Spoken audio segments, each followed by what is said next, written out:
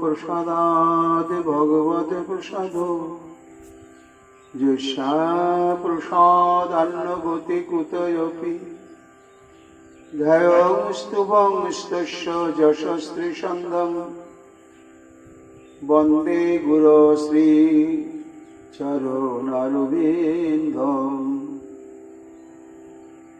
गौरकृपा घनीभूतं प्रभुं श्रीहरिनन्दनं मम जीवन सर्वस्वं भक्त्या नौमि पुनः पुनः राधा कृपामयं वपुः श्रीगुरुदिनतारकं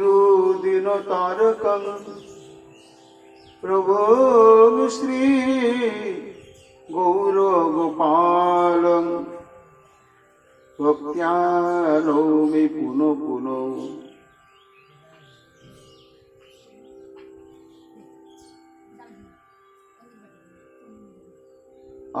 अजानुलम्बितो भुजौ कनकावदातो संकीर्तनैकपितारो कमलायताक्षो विश्वाम्भरो द्विजवरो जुगधर्मपालो वन्दे जगत् प्रियकरो करुणावतारो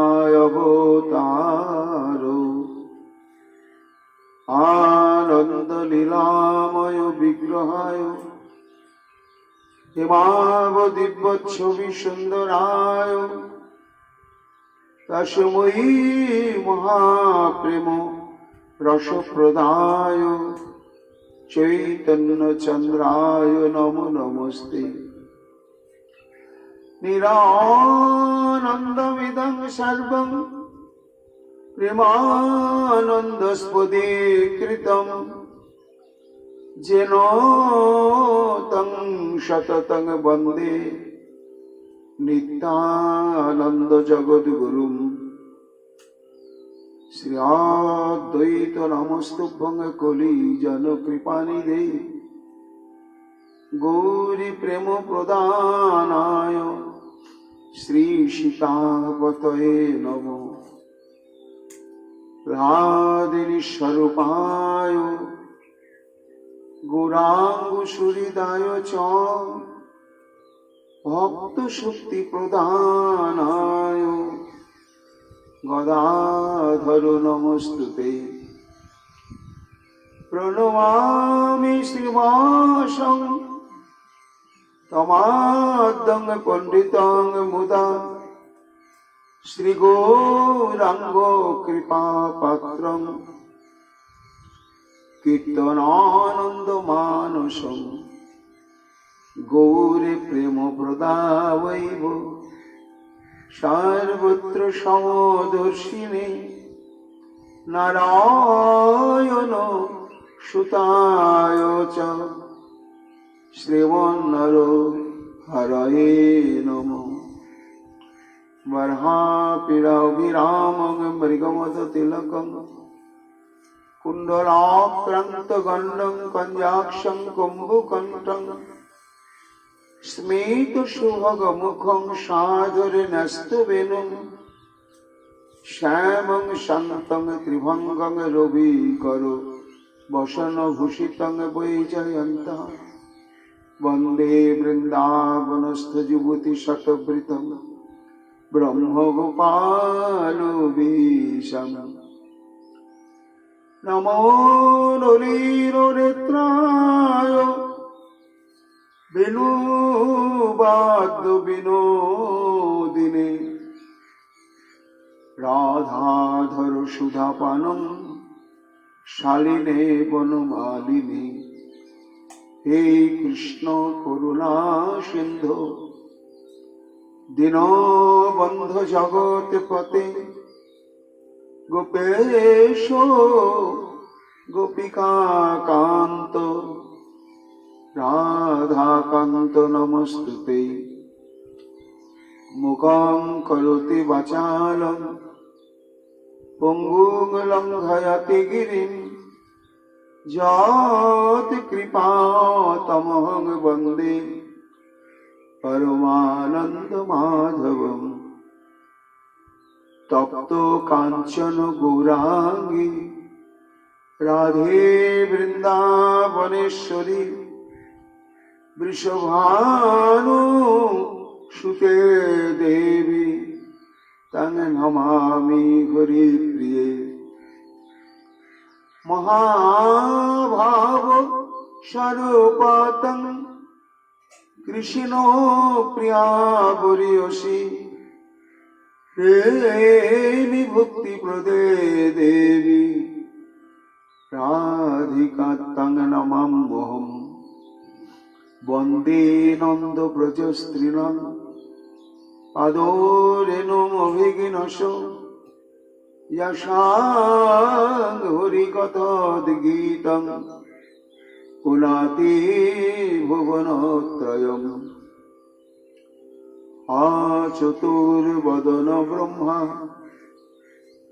দিবাহুর পরো হরি অভালোচন শম্ভু ভগবান বদরায়ণী। যং প্রভজন্তমনুপেতমপেত কৃত্যম দ্বৈপায়ন বিরহ কাতর আজহাব পুত্রিতি তন্ময়া তয়া তরবয়োভিনিদুস্তং সর্বভূত হৃদয় মণিমান তস্মৈ। তমাদিদেবম করুণানিধানম তমালবর্ণম শ্রীদাবতারম অপার সংসার সমুদ্র সেতুম ভজামহে শ্রীভাগবত স্বরূপম। বঞ্ছাকল্পতরুভ্যশ্চ কৃপা সিন্ধুভ্যেব চ পতিতানাং পাবনেভ্যো বৈষ্ণবেভ্যো নমো নমো। জয় রূপ সনাতন ভট্ট রঘুনাথ শ্রীজীবী গোপাল ভট্ট দাসে রঘুনাথ। ভক্তি ভরে বন্দি ছয় গোসাইয়ের চরণ যাহা হইতে বিঘ্ন নাশ অভীষ্ট পূরণ।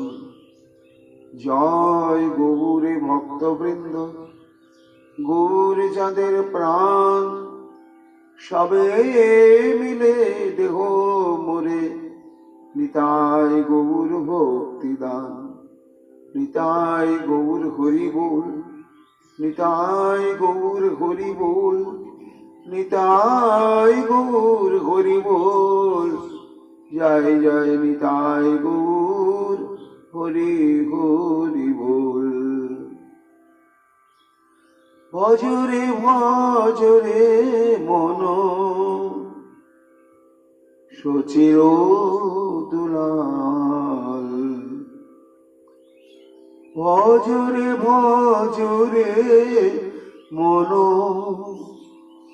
সচির দুলাল। সচির দুলাল ভজ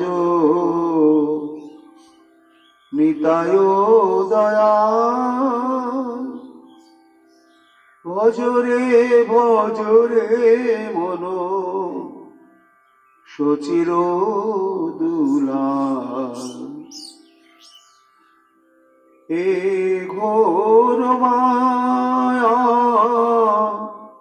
ভব পারাবার কেহ নাই কেহ নাই করিতে যে পার। এ ঘোর মায়া ভব পারাবার কেহ নাই কেহ নাই করিতে যে পার, জীবের জীবন বন্ধু অপার করুণা সিন্ধু, এলো রে নদিয়া ইন্দু পরম দয়াল। ভজরে ভজরে মন সচির দুলাল, কামিনী কাঞ্চনে ভুলে হয়ে মায়া হত, জন্মে জন্মে ছিল যারা প্রেমে বঞ্চিত, কামিনী কাঞ্চনে ভুলে হয়ে মায়া হত, জন্মে জন্মে ছিল যারা কৃষ্ণ প্রেমে বঞ্চিত, তাদের বুকে ধরি প্রেম দিতে অবতরি, তাদের বুকে ধরি প্রেম দিতে অবতরি, নদিয়ায় গৌর হরি নামে মাতোয়াল, সচির দুলাল। ভজরে ভজরে মন সচির দুলাল, ধন্য কলি যুগে চৈতন্য অবতারে, বদ্ধ রহিলি মন মায়া কারাগারে, ধন্য কলি যুগে চৈতন্য অবতারে, বদ্ধ রহিলি মন মায়া কারাগারে, ভোগ বিলাসী দিন গেল হলো আয়ুক্ষীণ, ভোগ বিলাসী দিন গেল হলো আয়ুক্ষীণ, আর কবে পাবে সুদিন ফুরাইল কাল। ভজরে ভজরে মন সচির দুলাল, স্বরূপ দামোদর দাস প্রভু হরি নন্দন পদ হৃদয়েতে ধরি, স্বরূপ দামোদর দাস কাদয়ে ফুকারি, প্রভু হরি নন্দন পদ হৃদয়েতে ধরি, স্বরূপ দামোদর দাস কাদয়ে ফুকারি, ক্ষমি অপরাধ মোর কর গৌর নামে ভোর, ক্ষমি অপরাধ মোর কর গৌর নামে ভোর, গৌর পদে মতি মোর থাকুক চিরকাল। ভজরে ভজরে মন সচির দুলাল, ভজরে ভজরে মন সচির দুলাল, সচির দুলাল ভজ নিতায় দয়াল। ভজরে ভজরে মন সচির দুলাল। জয় মহাপ্রভু, জয় নরহরি প্রাণ।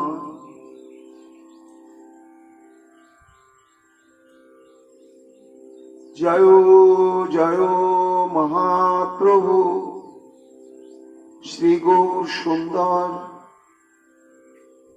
জয় হোক প্রভু যতে কই অনুচর হেন মতে নবদ্বীপে শ্রী গৌর সুন্দর পুস্তক লইয়া ক্রীড়া করেন নিরন্তর।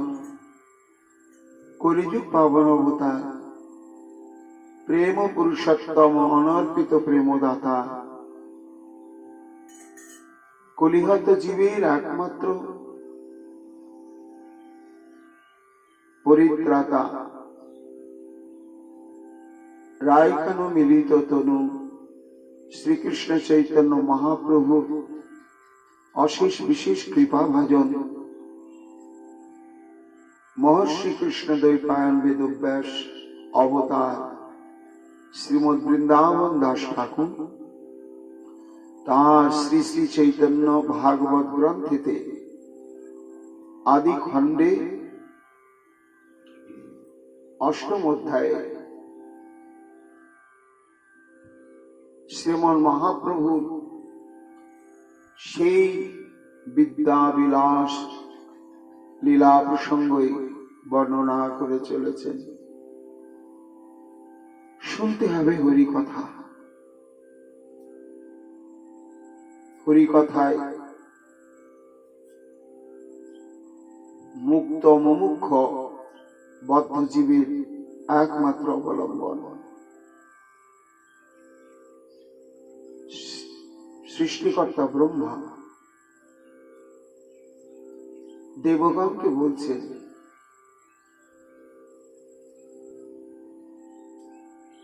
সনকাদি ঋষিবৃন্দ তারা বৈকুণ্ঠাধিপতি শ্রী ভগবানকে দর্শন করবার জন্য বৈকুণ্ঠে উপস্থিত হয়েছেন। এইবার ব্রহ্মা সেই বৈকুণ্ঠের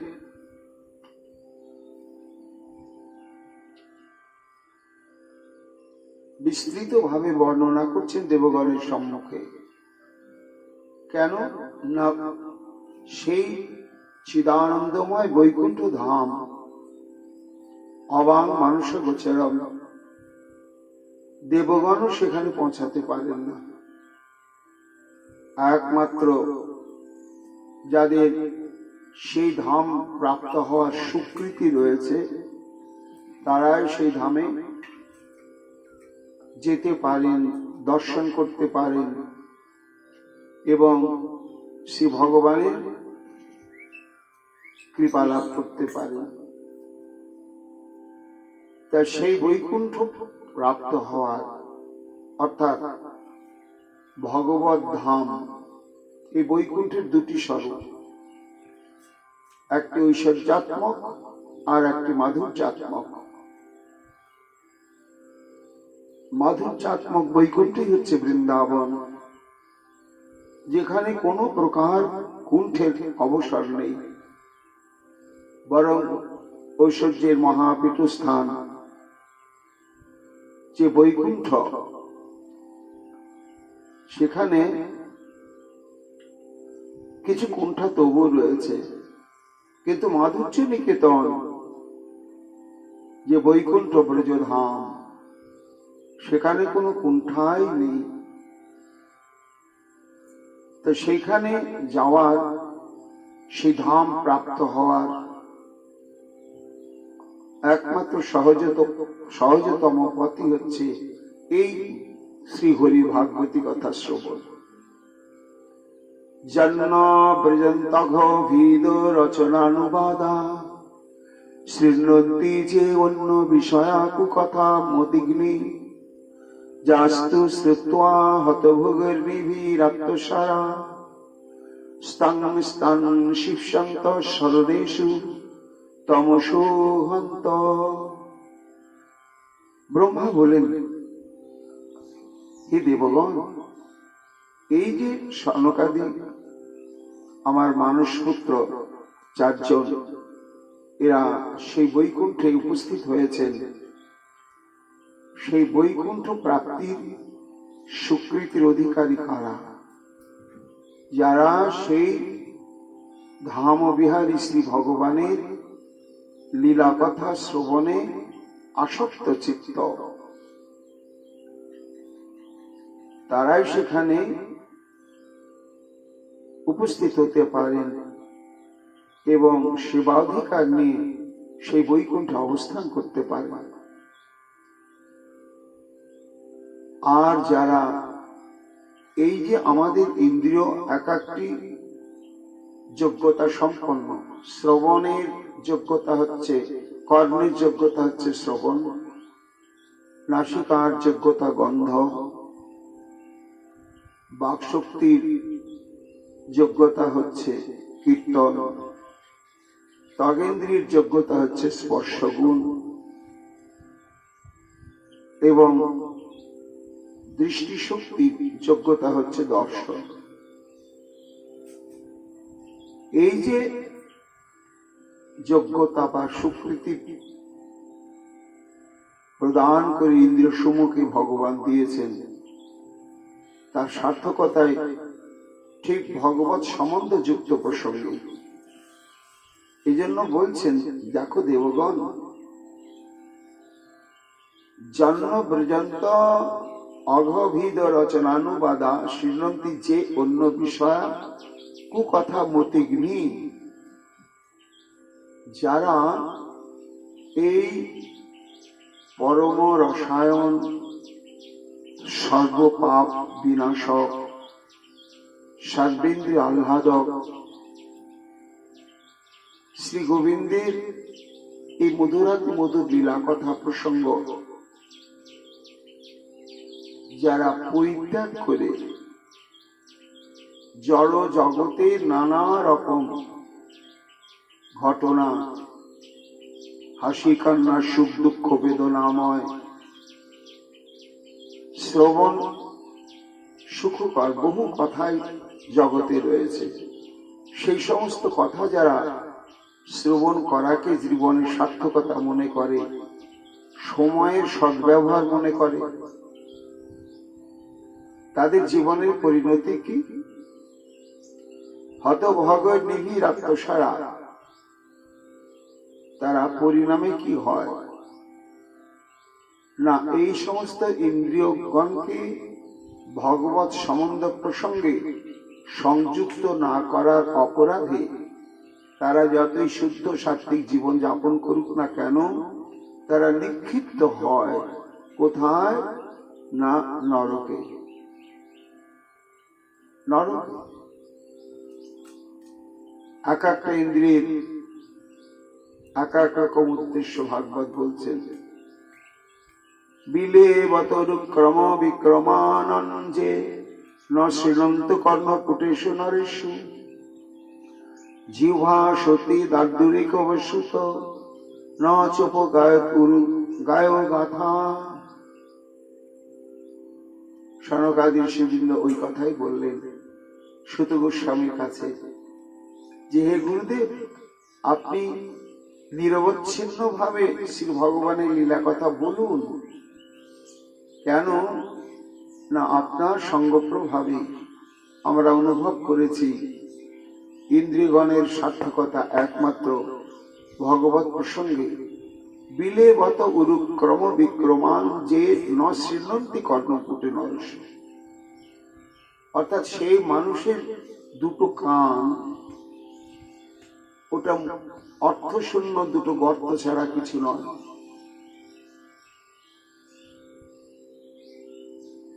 তাহলে সার্থকতা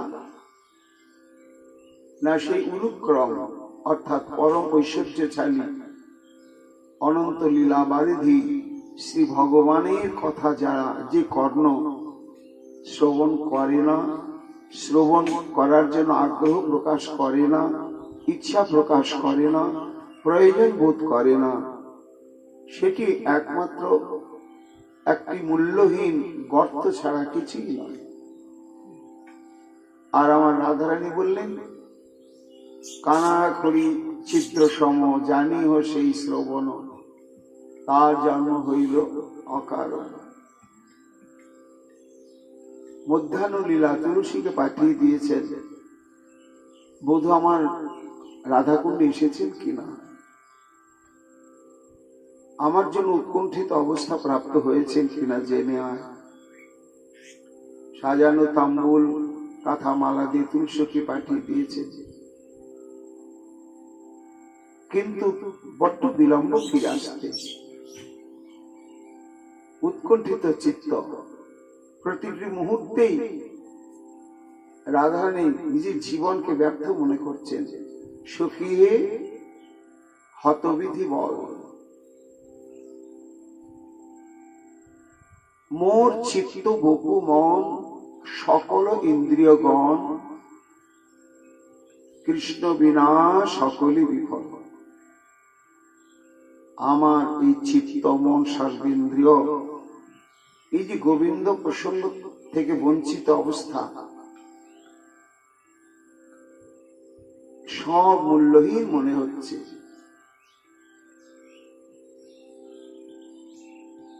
কৃষ্ণের মধুর বাণী অমৃতের তরঙ্গিনী, সেটি হচ্ছে অমৃত, তার প্রবেশ নাই যে শ্রবণে। কানা করি ছিদ্র সম, জানিও সেই শ্রবণ, তার জন্ম হইল কারণ।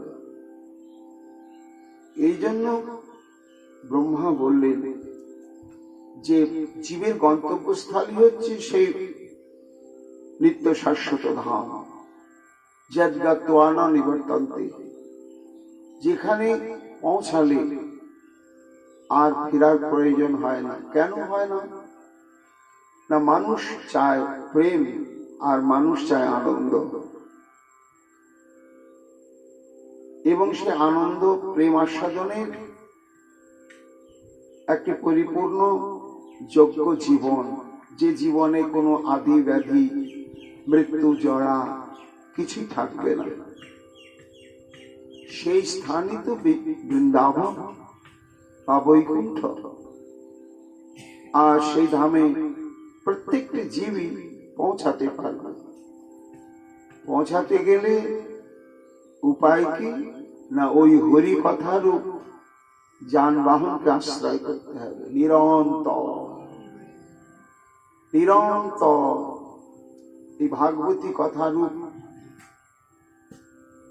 সেই ভগবান পরতত্ত্ব শ্রীকৃষ্ণ আর মহাপ্রভু দুজনেই পরতত্ত্ব। তা পরতত্ত্ব তো এক হয়, দুজন তো হয় না। পরতত্ত্বের কোনো দ্বিতীয় সংস্করণ হয় না, না একই। পরতত্ত্বের একটা দিক কৃষ্ণ আর একটা দিক শ্রীমন মহাপ্রভু। শ্রীকৃষ্ণ হচ্ছেন সম্বন্ধ তত্ত্বাত্মক পরতত্ত্ব, আর শ্রী চৈতন্য মহাপ্রভু হচ্ছেন আশ্রয় তত্ত্বাত্মক পরতত্ত্ব। এই জন্য গৌর কথা, কৃষ্ণ কথা কলিযুগে আমাদের মিশিয়ে শ্রবণ করতে হবে। গৌর কথা, কৃষ্ণ কথা মাধুর্য আস্বাদনের সৌভাগ্য সুকৃতি এনে দেবে। আবার কৃষ্ণ কথার যে নিগুড় রসতত্ত্ব, সেটি সম্যক আস্বাদন হবে গৌর কথা প্রসঙ্গে। এই জন্য কবিরাজ গোস্বামী বলছেন, দোহে মিলি হয় যে মাধুর্য, সাধুগুরু প্রসাদে তাহা যে আস্বাদে, সেই জানে মাধুর্যের ধূর্য। তা শুনতে হবে আমাদের হরি কথা বলতে, কৃষ্ণ কথা, গৌর কথা। বৃন্দাবন দাস ঠাকুর বলছেন, হে গৌর সুন্দর, তোমার জয় হোক। কেমন তুমি? মহাপ্রভু, মহাপ্রভু একমাত্র গৌর সুন্দর। এক মহাপ্রভু আর প্রভু দুইজন, দুই প্রভু সেবে মহাপ্রভুর শ্রবণ। এই প্রভু এবং মহাপ্রভু, এই যে সম্বোধন, এইখানে শেষ। এই সম্বোধন যদি আমরা অন্য কোথাও করি তাহলে এই সম্বোধন শব্দের মর্যাদা রাখা যাবে না। কবিরাজ গোস্বামী পাদ বললেন যে মহাপ্রভু হচ্ছেন শ্রীকৃষ্ণ চৈতন্য প্রভু, আর দুই প্রভু হচ্ছেন, এক নিত্যানন্দ প্রভু, এক অদ্বৈত প্রভু। এছাড়ার প্রভু জগতে কেউ নেই। এক মহাপ্রভু আর দুই প্রভু আমার নিতাই অদ্বৈত। তাই দুই প্রভু সেবে মহাপ্রভুর চরণ। এই জন্য তিনি মহান। শ্বেতাশ্বতর উপনিষদে বলা হয়েছে মহান প্রভুর জয়ী, অর্থাৎ একমাত্র তিনি হচ্ছেন মহান প্রভু, অর্থাৎ মহাপ্রভু শ্রীকৃষ্ণ চৈতন্য। জয় হোক প্রভুর যতেকই অনুচর। এই অধ্যায়ের প্রারম্ভে মঙ্গলাচরণে বৃন্দাবন দাস ঠাকুর আবার মহাপ্রভুর চরণে ঐকান্তিক কৃপা শক্তি প্রার্থনা করছেন এবং তার সঙ্গে সঙ্গে মহাপ্রভুর চরণাশ্রিত যত ভক্তগণ তাদেরও কৃপাশীর্বাদ প্রার্থনা করছেন।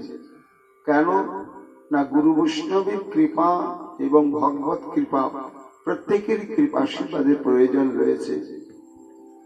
হ্যাঁ নমতে নবদ্বীপে শ্রী খুব সুন্দর পুস্তক লইয়া ক্রিয়া করে নিরন্তর। যত অধ্যাপক প্রভু চালেন সবারে, প্রভু দিতে শক্তি কোন জনে নাই ধরে। মহাপ্রভু যেন এটা একটা স্বাভাবিক অভ্যাস হয়ে গিয়েছে। কি সমবয়স্ক, কি বয়োকনিষ্ঠ, আর কি বয়োজ্যেষ্ঠ, দেখলে সেই ব্যাকরণের কূট প্রশ্ন। কখনো বিড়ম্বিত করবার জন্য প্রশ্ন, আবার কখনো ভান করেন এই সূত্রটা আমি বুঝি না, বয়োজ্যেষ্ঠ হলে কৃপা করে বাবা একটু বুঝিয়ে দেবেন।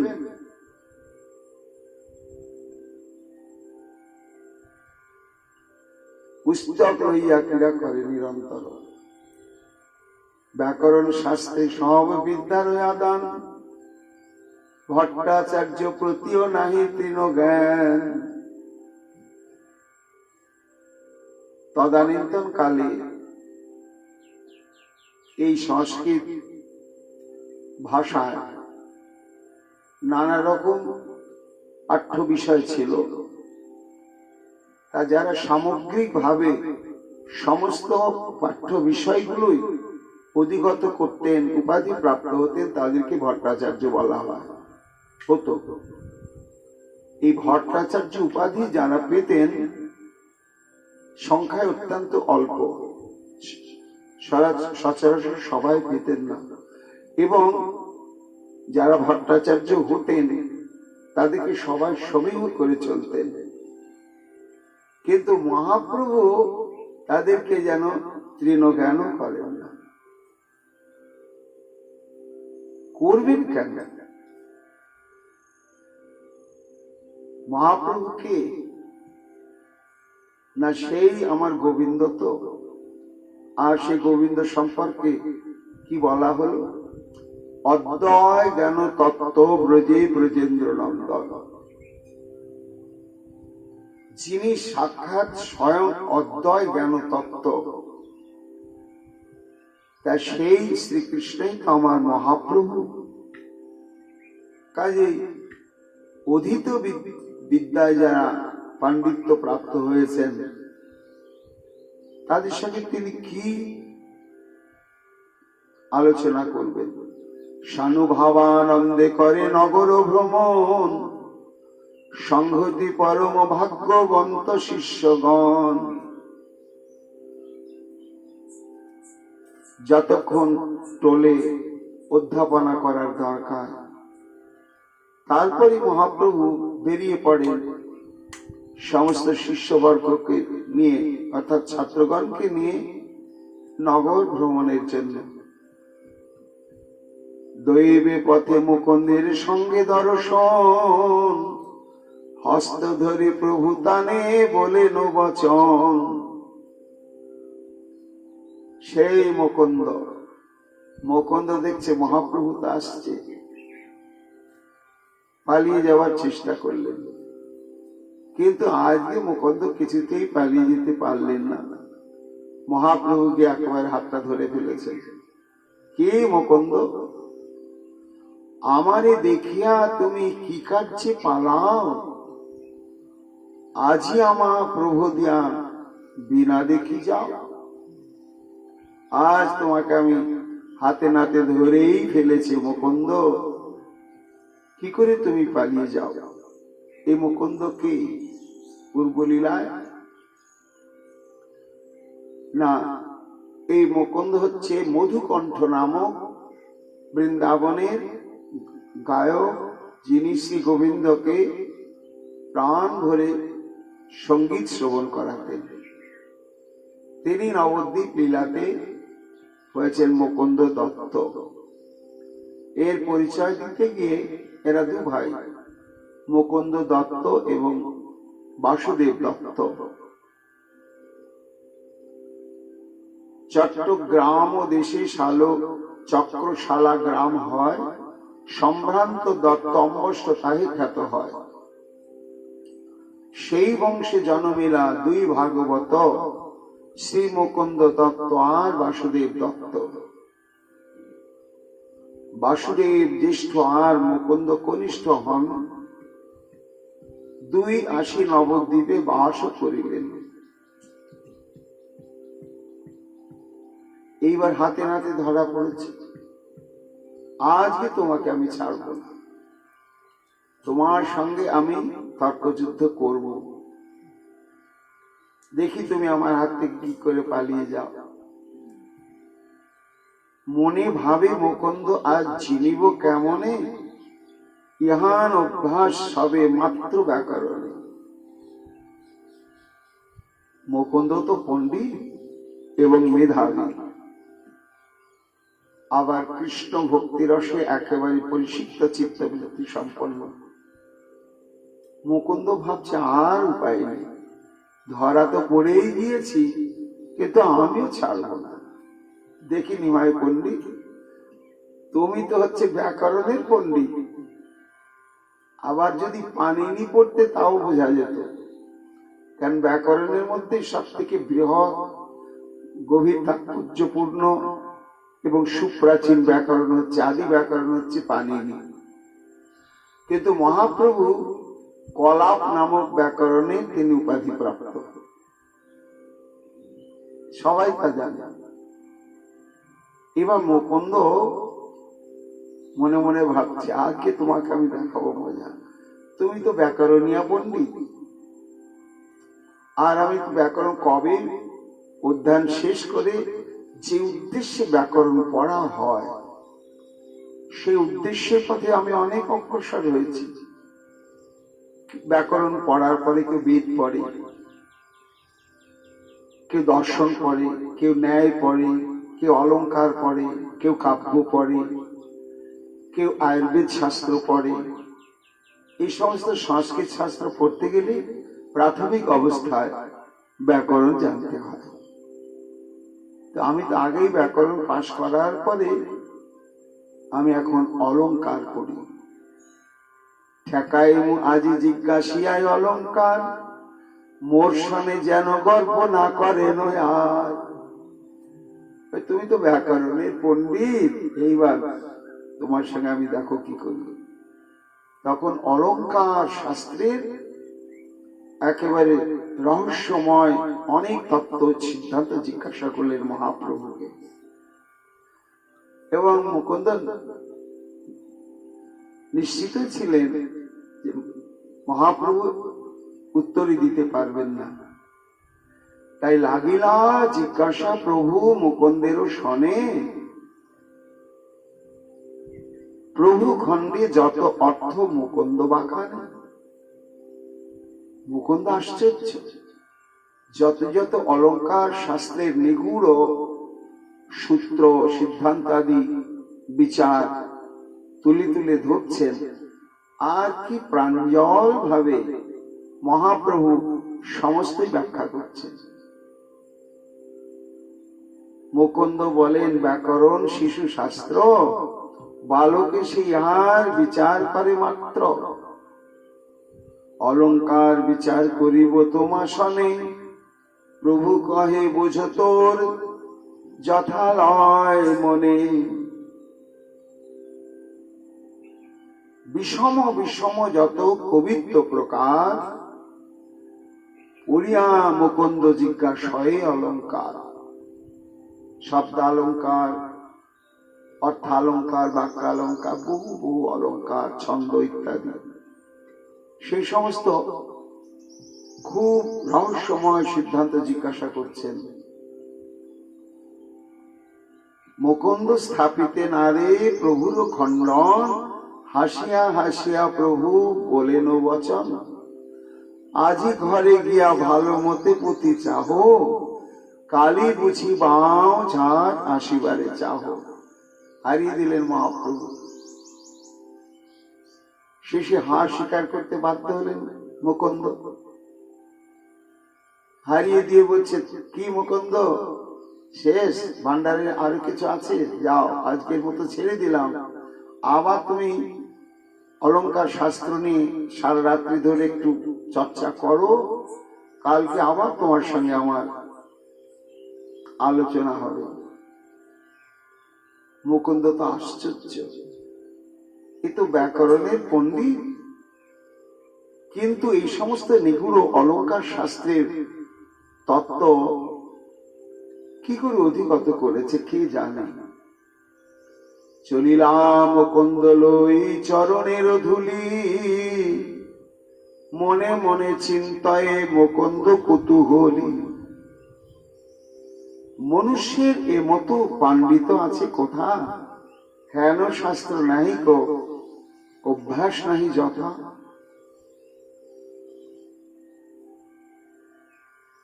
মুকুন্দ তো বিদায় নিল মহাপ্রভুর পদধূলি নিয়ে, কিন্তু মনে মনে চিন্তা করছে, আশ্চর্য, একটা ব্যাকরণের পণ্ডিত, সে কি করে সমস্ত শাস্ত্রের একেবারে সার তত্ত্ব অধিগত হয়ে বসে আছেন। এ তো তাহলে সাধারণ মানুষ নয়। হেন শাস্ত্র নাহি অভ্যাস নাহি যথা। মুকুন্দ অনুভব করলেন যে শুধু মহাপ্রভু কেবল যে অলঙ্কার শাস্ত্রে তিনি অভিজ্ঞতা নয়, ওই আলোচনা করতে করতে সম্যক উপলব্ধি করলেন মুকুন্দ যে সংস্কৃত ভাষায় যত যত পাঠ্য বিষয় আছে সমস্ত বিষয় সম্পর্কে মহাপ্রভু অভিজ্ঞ। এ মতো সুবুদ্ধি কৃষ্ণ ভক্ত হয় যাবে, তিলেক ইহান সঙ্গ না ছাড়িয়ে তবে। আহা, মুকুন্দ তো কৃষ্ণ ভক্ত এবং সর্বক্ষণ কৃষ্ণ অনুশীলনেই নিমগ্ন। আর মহাপ্রভু তো এখনো সাধারণ বিচারে কৃষ্ণ ভক্তির পথে নিজেকে প্রতিষ্ঠিত করেননি। তিনি শুধু ব্যাকরণ নিয়েই পড়ে রয়েছেন আর নিজের পাণ্ডিত্যের দ্বারা সবাইকে পরাভূত করার যেন একটা নেশায় পাগল হয়ে আছেন। মুকুন্দ খুব কষ্ট হচ্ছে, এত জ্ঞান আর এত পাণ্ডিত্য, এত বুদ্ধি বিচারবোধ, আহারে, ইনি যদি কৃষ্ণ ভক্ত হতেন তাহলে জন্মের মতো এর চরণে আমি বিকিয়ে যেতাম, চিরকালের জন্য বিকিয়ে থাকতাম, কখনো এর চরণ থেকে নিজেকে বঞ্চিত করতাম না। কিন্তু কি অদ্ভুত, এত সুন্দর যার যোগ্যতা, সে কৃষ্ণ ভক্তি থেকে বঞ্চিত হয়ে আছে।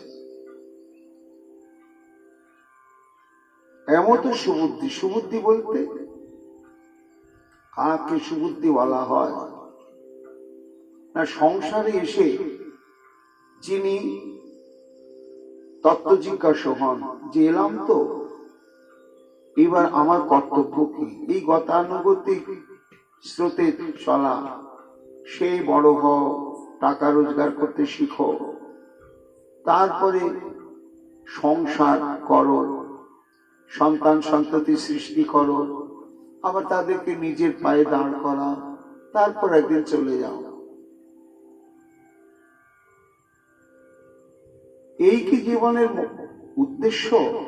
না, জীবনের আরো কোন উদ্দেশ্য রয়েছে? সেটা জানা যাবে কি করে? না, এক শাস্ত্রে জানা যাবে, আর এক সাধুদের জীবন দর্শন করে জানা যাবে। সাধুরাও মানুষ, সংসারে সাধারণ মানুষরাও মানুষ, কিন্তু তাদের গতি প্রকৃতি জীবনধারা সম্পূর্ণ আলাদা। কেন আলাদা? তারা কি পেলেন? কোন সুখে মত্ত হলেন? তাহলে সংসারে সুখের চাইতো আরো নিশ্চয় কোনো উন্নত সুখের সংবাদ রয়েছে। এইভাবে তাদের মনে একটা তত্ত্ব জিজ্ঞাসা আসে। তখন তারা শাস্ত্রের দিকে তাকালে দেখেন না, শাস্ত্রের সমস্ত শাস্ত্রের সার শাস্ত্রে হচ্ছে গীতা। সেই গীতাতে ভগবান শ্রীকৃষ্ণ কি বলছেন মানব জীবনের উদ্দেশ্য সম্পর্কে? যে হে অর্জুন, অনিত্যম অসুখম লোকম ইমাম প্রাপ্য ভজস্য মাম। শুধু আহার নিদ্রা ভয় মৈথুন এই নিয়ে তুমি ব্যস্ত থেকো না। এই তত্ত্বটি সম্যক উপলব্ধি করো যে সংসারের তত্ত্বটা কি। না, এই সংসারটি হচ্ছে অসুখম, অর্থাৎ দুঃখময়। এখানে সুখ নেই। একটা সুখ লাভ করার সঙ্গে সঙ্গে দুঃখ এসে সুখটাকে তাড়িয়ে দেয়। সেই দুঃখটাকে তাড়িয়ে আবার যদি একটা সুখকে টেনে নিয়ে আসি, আর একটা দুঃখ এসে সেই সুখটাকে তাড়িয়ে দেয়। এইভাবে মানুষ নিরবচ্ছিন্ন অখণ্ড সুখী কেউ পাচ্ছি আমরা, কেউ পাচ্ছি না। এইটা আমাদের কৃত কর্মফল অনুসারে ঘটছে, আবার দৈবক্রমে ঘটছে। তাহলে সুখ বলে কি নেই জগতে? কিছু না, আছে। সেই সুখটা কোথায়? না ভজস্য মাম। শ্রীকৃষ্ণ বললেন সংসারটা অসুখকর, আর জীবনটা হচ্ছে অনিত্য। কে কখন মরব কোন নিশ্চয়তা নেই, একেবারে নিশ্চয়তা নেই। কাজেই জ্ঞানের উন্মেষ হওয়ার সঙ্গে সঙ্গে আমাদের সচেতন হওয়া উচিত যে জীবনের কর্তব্যগুলোকে ভাগ করে নিতে হবে। একটি মুখ্য কর্তব্য, একটি গৌণ কর্তব্য। গৌণ কর্তব্য হচ্ছে জীবিকা নির্বাহ, জীবনের সাংসারিক বা জাগতিক প্রতিষ্ঠা ইত্যাদি। আর মুখ্য কর্তব্য হচ্ছে কৃষ্ণানুশীলন। তার মৃত্যু আসার আগেই যদি আমি নিজের জীবনকে সেভাবে প্রস্তুত করে রাখতে পারি, যে বয়সে মৃত্যু আর আসুক না কেন আমার কিছু যাবে আসবে না। এই জন্য অর্জুন এই অনিত্য জীবন ক্ষণভঙ্গুর অল্পায়ু জীবন প্রাপ্ত হয়ে আর এই দুঃখময় সংসারে এসে মুখ্য কর্তব্য হচ্ছে মানুষের ভজস্য মাম। একেবারে নিজেকে দেখিয়ে দিয়ে বললেন যে আমি কৃষ্ণ বলছি, আমাকে ভজন করো। ভজন মানে হচ্ছে সেবা। সর্বেন্দ্রিয়ের দ্বারা সর্বমনোবৃত্তির দ্বারা ভগবত প্রীত্যার্থী সেবা প্রচেষ্টার নামই হচ্ছে ভজন। তাহলে সুবুদ্ধি কাকে বলা যাবে? না, যিনি গীতার বাণী অধ্যয়ন করলেন, বিচার করলেন, আর দেখলেন সাধুদের জীবন। রঘুনাথ দাস গোস্বামী অপ্সরার মতো স্ত্রী আর ইন্দ্রের মতো ঐশ্বর্য, যেটি আমাদের বিচারে চরম সুখের উপাদান। যে অফুরন্ত যদি আমরা সম্পত্তি পাই, আর যদি দীর্ঘ যৌবন প্রাপ্ত হই, তাহলে তো চরম সুখ। কিন্তু এইসব বাণীতে নারী রঘুনাথের মন, সনাতন গোস্বামীর কিসের অভাব ছিল, কিন্তু এরা ছেঁড়া কাঁথা নেড়া মাথা। তাহলে কোন শ্রেষ্ঠ সুখ রয়েছে জগতে, যে সুখের সন্ধান প্রাপ্ত হলে এই জড়জাগতিক সুখ তখন অত্যন্ত ঘৃণ্য, নিকৃষ্ট, বর্জ্য পদার্থ বলে মনে হয়। এটি সম্যক এই সমস্ত মহাজনগণের জীবন দেখে, শাস্ত্রের বাণী শুনে, অধ্যয়ন করে, অনুশীলন করে যখন কে কর্তব্য নির্ধারণ করে নেয় যে নিজের পায়ে দাঁড়াতে পারি বা না পারি, সংসার ধর্ম করে ভোগ বিলাসের মাধ্যমে স্বাদ আহ্লাদ মিটিয়ে নিতে পারি বা না পারি, আমাকে কৃষ্ণ ভজন করতে হবে, এটাই শেষ কথা, আর এটাই মুখ্য। ওগুলো যদি হলো হলো, না হলো না হলো, কিছু যায় আসে না।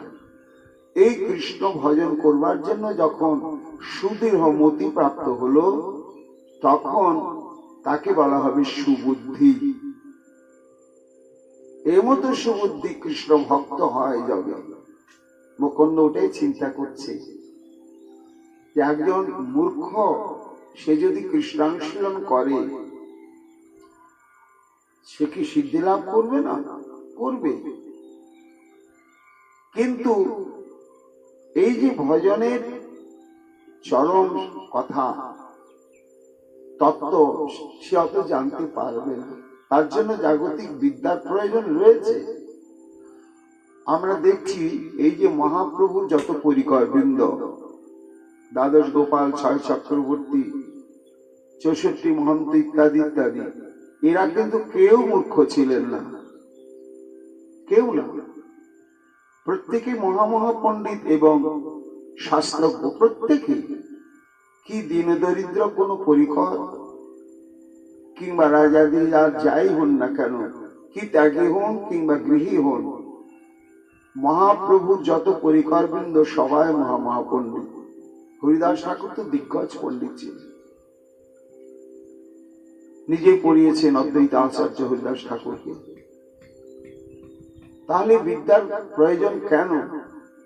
না সাধ্য সাধন তত্ত্বজ্ঞান লাভ করবার জন্য। যে ভজন তো করতেই হবে, ভজন তো এক কথা সরল বুদ্ধিতে ভজন হয়ে যায়, কিন্তু ভজনের তো লক্ষ্যস্থল রয়েছে। একটা বৈকুণ্ঠ গতি, একটা বৃন্দাবন গতি, বিধি ধর্ম, রাগ ধর্ম, শেষে গিয়ে চৈতন্য মহাপ্রভু যে নির্দেশিত তত্ত্ব, রাধাদাস্য প্রাপ্তি, এই সম্পর্কে তত্ত্বজ্ঞান জানতে গেলে বিদ্যার প্রয়োজন রয়েছে। মহাপ্রভু রূপ সনাতনকে শিক্ষা দিতে গিয়ে সেটা জানিয়ে দিয়েছেন, আবার রায় রামানন্দ সংবাদেও সেটি জানিয়ে দিলেন। কৃষ্ণ তত্ত্ব, রাধা তত্ত্ব, সাধ্য সাধন তত্ত্ব, বিলাস তত্ত্ব, রস তত্ত্ব, এইসব জানতে চাইছেন। এই সমস্ত তত্ত্বজ্ঞান জানতে গেলে বিদ্যার প্রয়োজন রয়েছে। মুকুন্দ দেখছে সেই দিক থেকে শচীনন্দন একেবারে বিদ্যাবত্তার চরম অবধি প্রাপ্ত। এর সঙ্গে যদি কৃষ্ণ ভক্তিটা যুক্ত হতো, তাহলে সোনায় সোহাগা হয়ে যেত, তাহলে জন্মের মতন এর চরণে বিকিয়ে যেতাম। তিলেক ও ইহান সঙ্গ না ছাড়িয়ে তবে এই মতো বিদ্যার রসে বৈকুণ্ঠ ঈশ্বর ভ্রমিতে দেখেন আর দিনে গদাধর। হাসি দুই হাতে প্রভু রাখিলা ধরিয়া, ন্যায় করো তুমি আমা যাও প্রবোধিয়া। মুকুন্দের সঙ্গে তো হলো একই বয়স মুকুন্দ এবং গদাধরের, আর গদাধর পণ্ডিত, তার পিতা মাধবাচার্য, এরাও পূর্ববঙ্গীয়। গদাধর পণ্ডিত, শ্রীমতী রাধারানী প্রকাশ।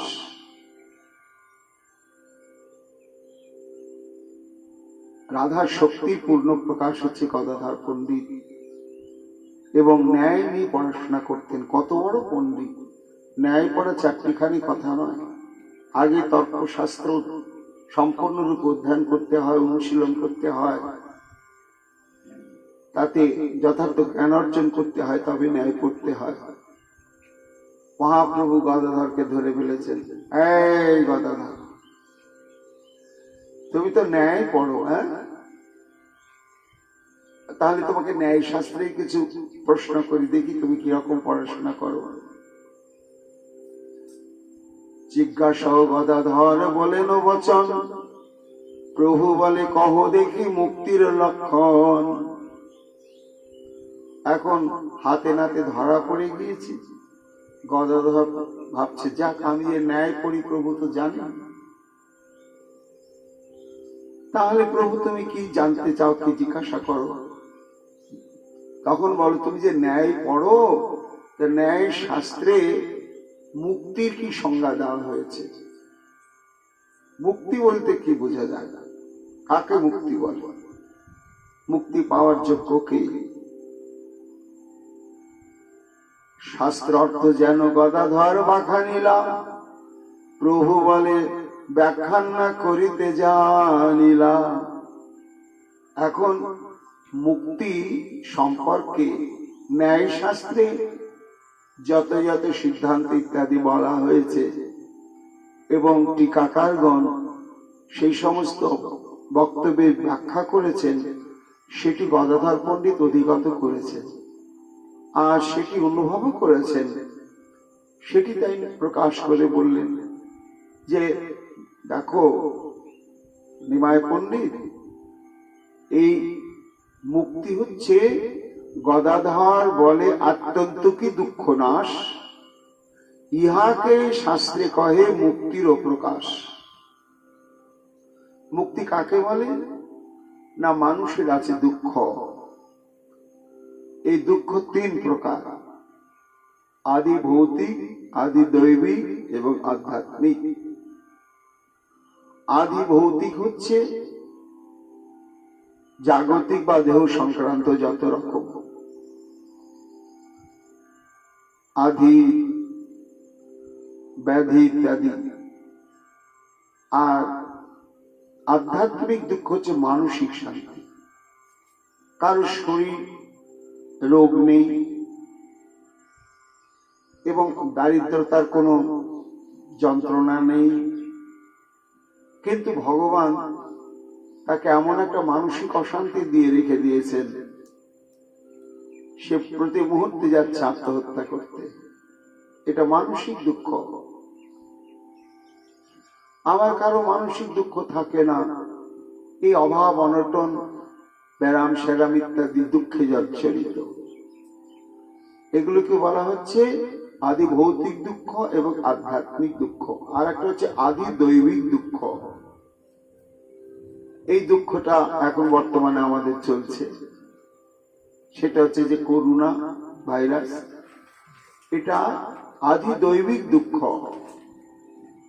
আমরা কি কোনোদিন ভেবেছিলাম গত বছর এই সময় যে এই ভাইরাসটা আসবে, গোটা পৃথিবীটাকে একেবারে মৃত্যুর দরজায় দাঁড় করিয়ে দেবে? কি আতঙ্ক চলছে সমগ্র বিশ্বে। এমন কেউ নেই ভীত সন্ত্রস্ত নয়, জর্জরিত নয়। তাই এই যে দৈব ক্রমে যেগুলো মানুষ ব্যক্তি জীবনে এবং সমষ্টি জীবনে দুঃখ আসে, সেগুলোকে বলা হয় আদি দৈবিক দুঃখ। দৈব কারণে ঘটে। এই যে আমফান গেল, কত মানুষ মারা গেল, নিরাশ্রয় হয়ে গেল। তারা তো জানতো না 5 দিন আগেও যে আমরা নিরাশ্রয় হব, আমাদের মৃত্যু ঘটবে। আজকে তারা দুঃখে জর্জরিত। যে দুঃখের কারণটা কি? না, এই প্রাকৃতিক দুর্যোগ। এটা হবে আমরা কেউ জানি না। এই জন্য এগুলোকে বলা হয় আদি দৈবিক দুঃখ। তা মানুষের এই 3 প্রকার দুঃখ রয়েছে। এই যখন দুঃখ রয়েছে তখন দুঃখ থেকে মুক্ত হওয়ার জন্য কিছু ব্যবস্থাপত্র আছে না? শাস্ত্র বলেছেন যে যোগীরা বললেন যোগ সাধনার দ্বারা এই দুঃখ থেকে নিষ্কৃতি পাওয়া যায়। যম, নিয়ম, আসন, প্রাণায়াম, প্রত্যাহার, ধারণা, ধ্যান, সমাধি, এই অষ্টাঙ্গিক যোগ সাধনা করতে করতে যখন আত্মতত্ত্ব জ্ঞান লাভ হয় তখন সে দুঃখকে জয় করতে সক্ষম হয়। আবার যারা জ্ঞান পথকে অবলম্বন করছেন তারা বলছেন যে জীব যখন ব্রহ্মবিদ হয়ে যায় তখন তার আর দুঃখ থাকে না। তা এই দুঃখ দূর করবার সাধন যখন শুরু হয় তখন দুঃখটা নাশ হয় স্তর ভেদে। একদেশবর্তিনী, তারপরে বহুদেশবর্তিনী, তারপরে প্রায়িকী, তারপরে পূর্ণা, তারপরে আত্যন্তকী। একদেশবর্তিনী মানে দুঃখকে দূর করবার জন্য মহাজনগণ যে ব্যবস্থা দিয়েছেন অনুশীলন করে 16 আনার মধ্যে দেখা গেল হয়তো 4 আনা দুঃখ গেল, 12 আনায় থেকে গেছে। এটাকে বলা হয় একদেশবর্তিনী। এবার দেখা গেল যে 10 আনায় গিয়েছে, তাহলে বহুদেশবর্তিনী। এইবার 15 আনায় দুঃখ চলে গিয়েছে, তখন এটাকে বলা হয় প্রায় কি, মানে প্রায় শেষ হয়ে গেছে। এবার 16 আনায় দুঃখ নিবৃত্তি হলো, তখন সেটাকে বলা হয় পূর্ণা নিবৃত্তি। তো পূর্ণা নিবৃত্তি হচ্ছে শেষ কথা নয়, এরপরেও আরো একটা নিবৃত্তির কথা আছে, তার নাম হচ্ছে আত্যন্তকে নিবৃত্তি। পূর্ণা নিবৃত্তি হলো অর্থাৎ সে সমস্ত দুঃখ থেকে মুক্ত হলো, কিন্তু দুঃখ আসার সম্ভাবনা থেকে গেল।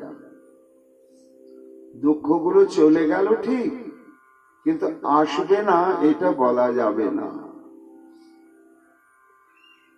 তাহলে এরপরে আরো একটা দুঃখ নিবৃত্তি স্তর রয়েছে, তাকে বলা হয় আত্যন্তকে নিবৃত্তি। এই আত্যন্তকে নিবৃত্তি স্তরটি এমন যে ওই স্তর যখন কেউ অতিক্রম করে উত্তীর্ণ হয় তখন যতই দুঃখের কারণ ঘটুক আর সে দুঃখ সমুদ্রে ডোবে না। গদাধর পণ্ডিত বললেন, হে প্রভু, এই আত্যন্তকী নিবৃত্তিটার নামই হচ্ছে মুক্তি।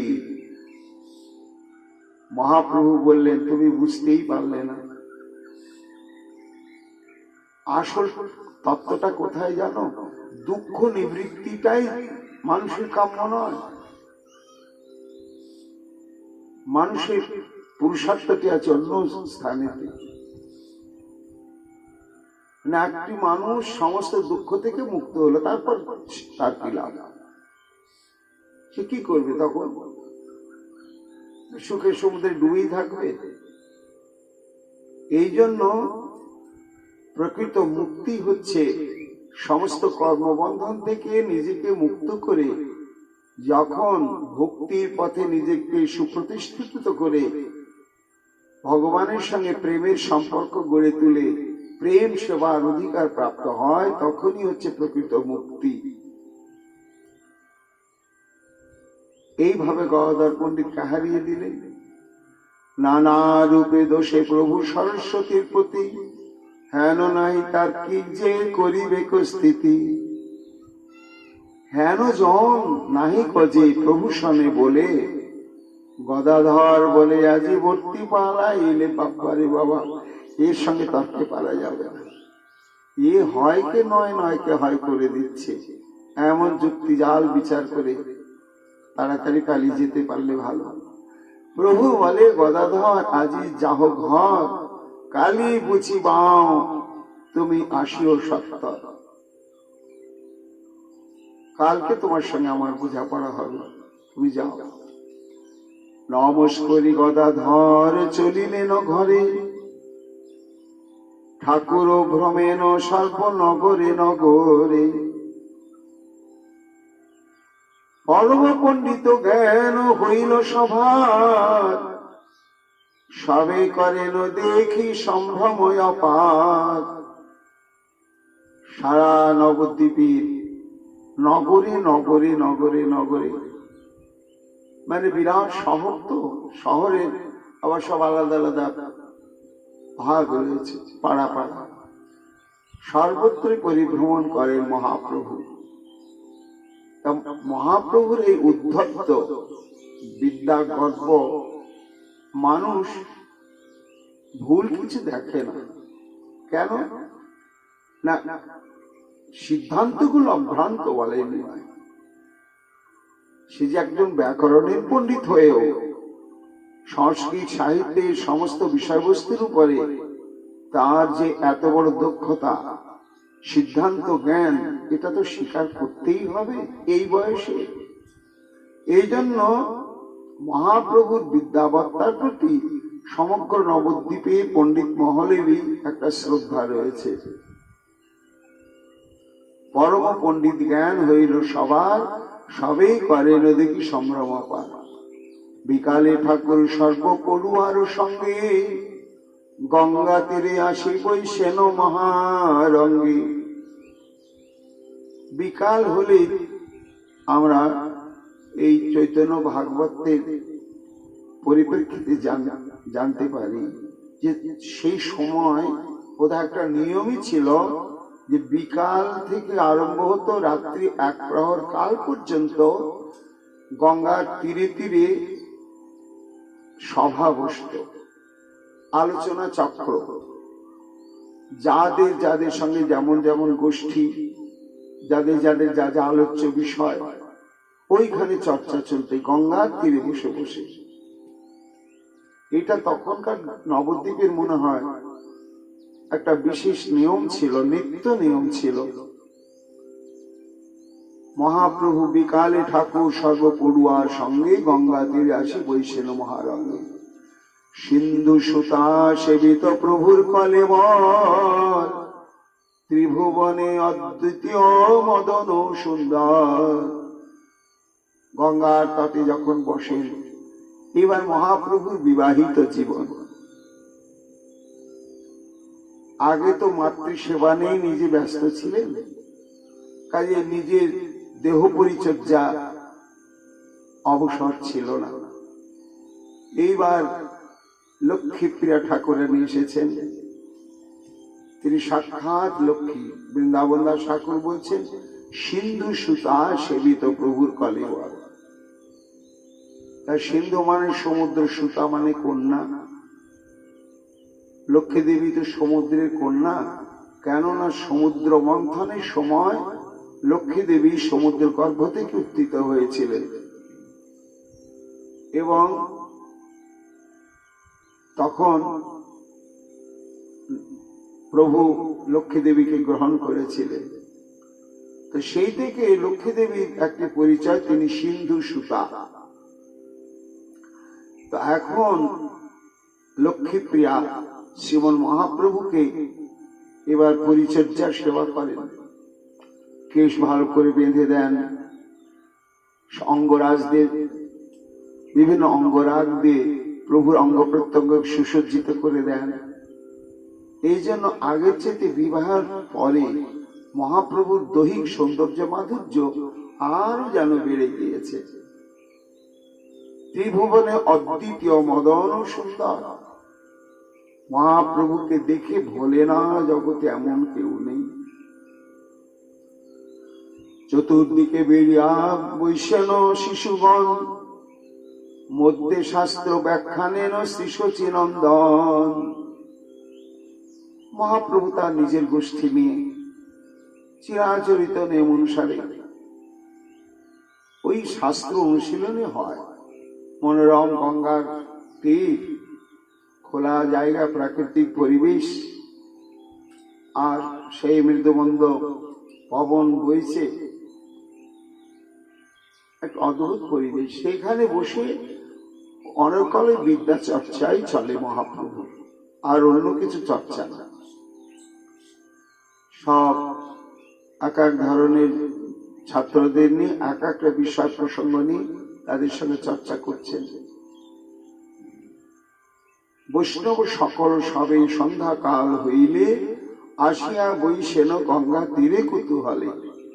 এই গঙ্গা তীরে এসে বসার সংস্কার যেন নবদ্বীপবাসী সবারই, যার যেমন স্বভাব, চরিত্র, মনোবৃত্তি, তারাই গোষ্ঠীবদ্ধ।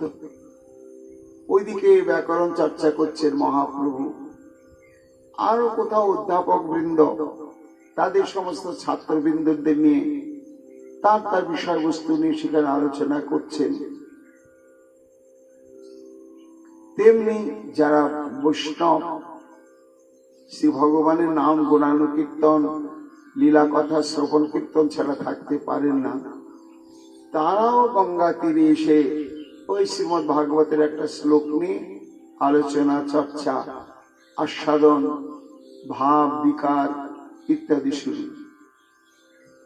যেখানে মহাপ্রভু সব পড়ুয়া বর্গকে নিয়ে এই রকম ব্যাকরণ চর্চা করছেন, ঠিক অনতি দূরে সে সমস্ত বৈষ্ণবগণ, অর্থাৎ আমরা বলতে পারি অদ্বৈত আচার্য শ্রীবাস পণ্ডিত, মুকুন্দ গদাধর পণ্ডিত সম্মিলিত হয়েছেন, এবং তার সঙ্গে সঙ্গে আনুষঙ্গিক আরো এই ধরনের তারা সব একত্রিত হয়েছেন।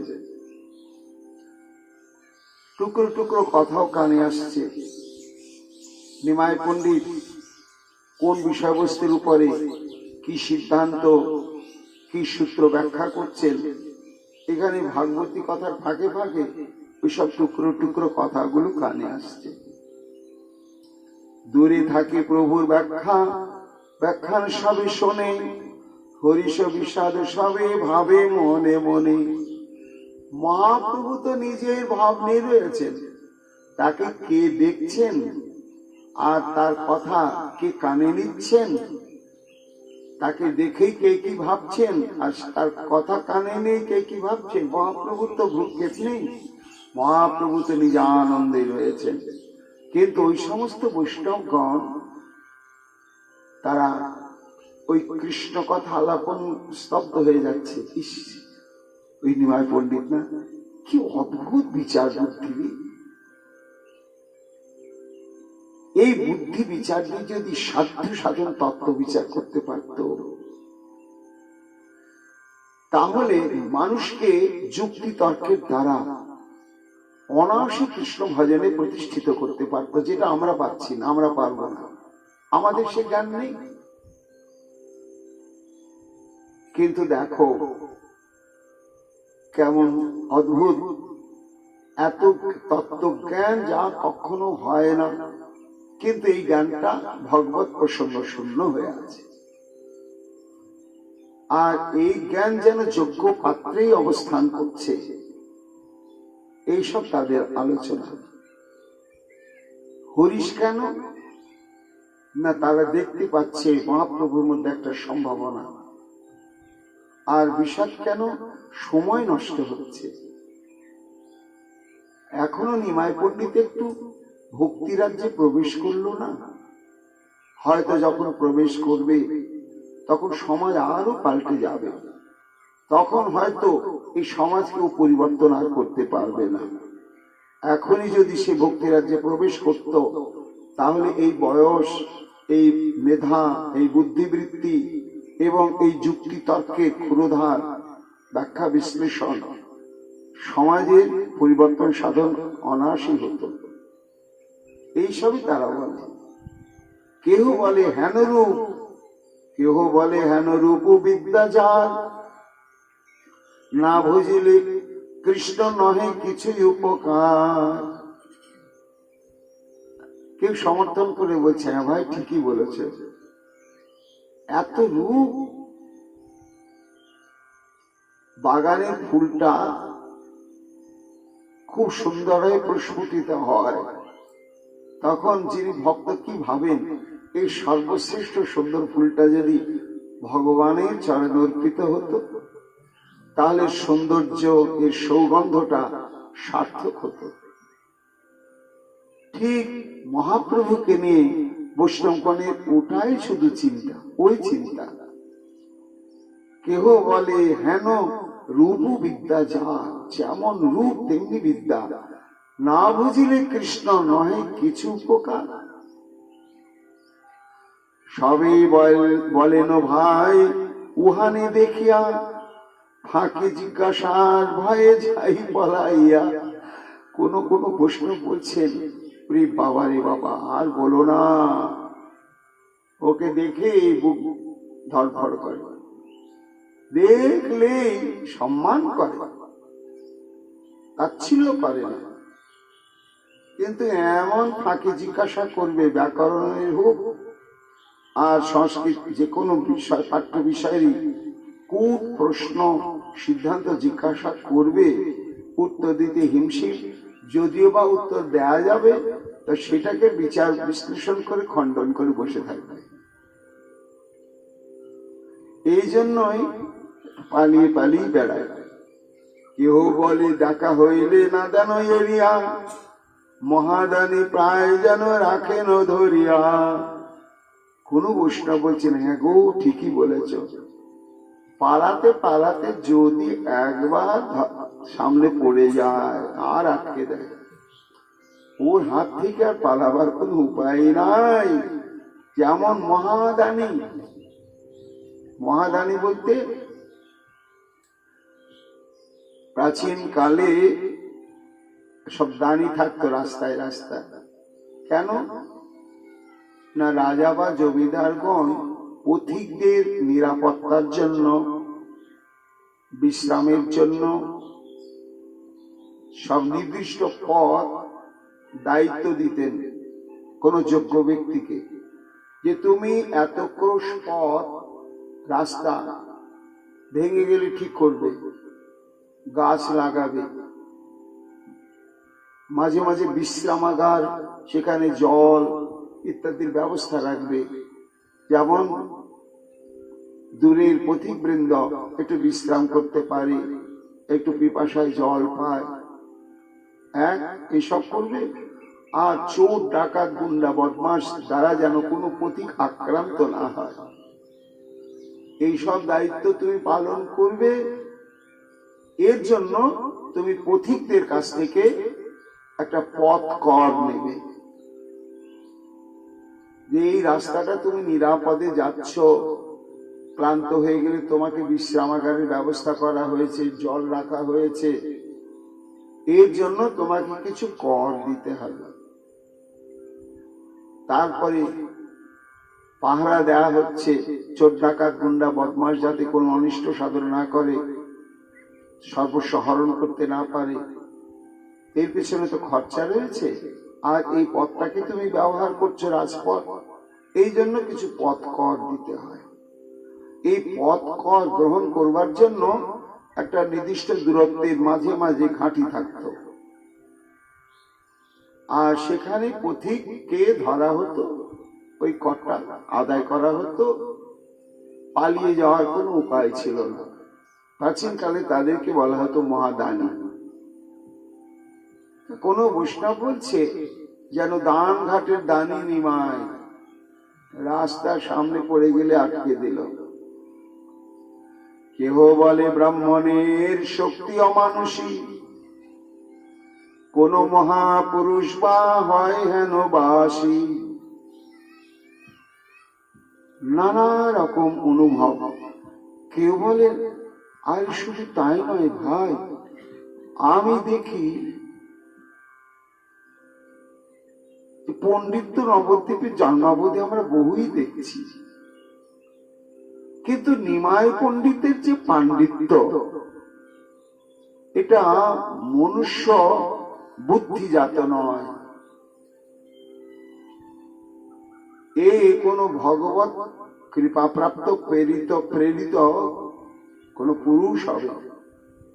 না হলে কেউ পড়াশোনা করে এই জ্ঞান অর্জন করতে পারে না।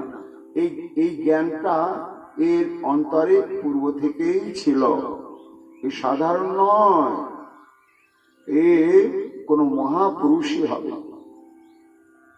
যদ্যপি নিরন্তর জিজ্ঞাসেন ফাঁকি, তথাপি সন্তোষ বড় পাও উহা দেখি।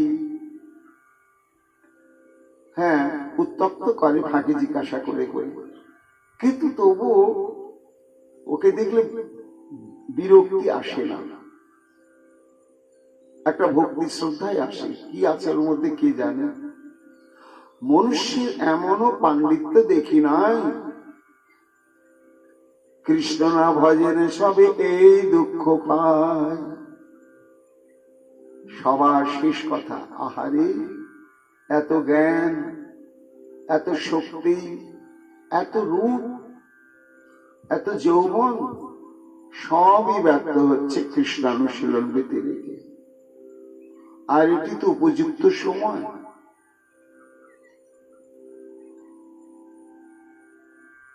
অনন্যে সবে সাধেন সভাপতি, সবেও বলেন ইহান কৃষ্ণ হো কুরতি।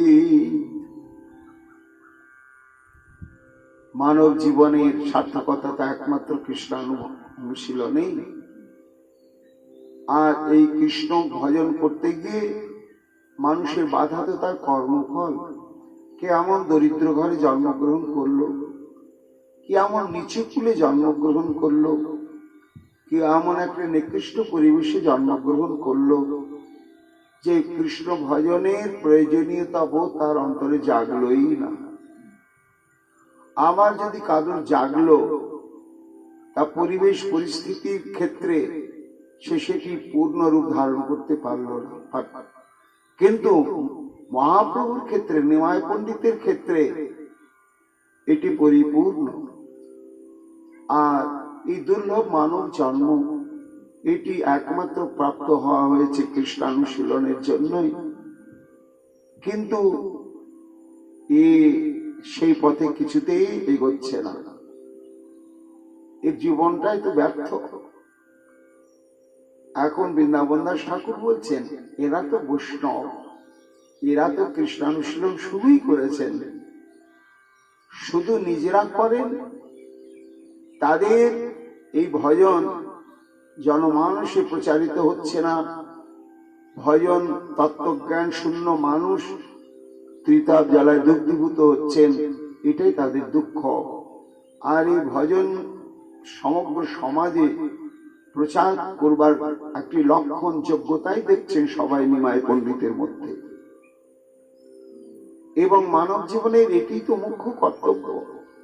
নিদেহ মাধ্যম সুলভং দুর্লভং প্লবং সুকল্পং গুরু কর্ণধারং মায়ানুকূলেন নবিষ্যতিরিতম ভবাব্দে নতরে সপমান আত্মহা।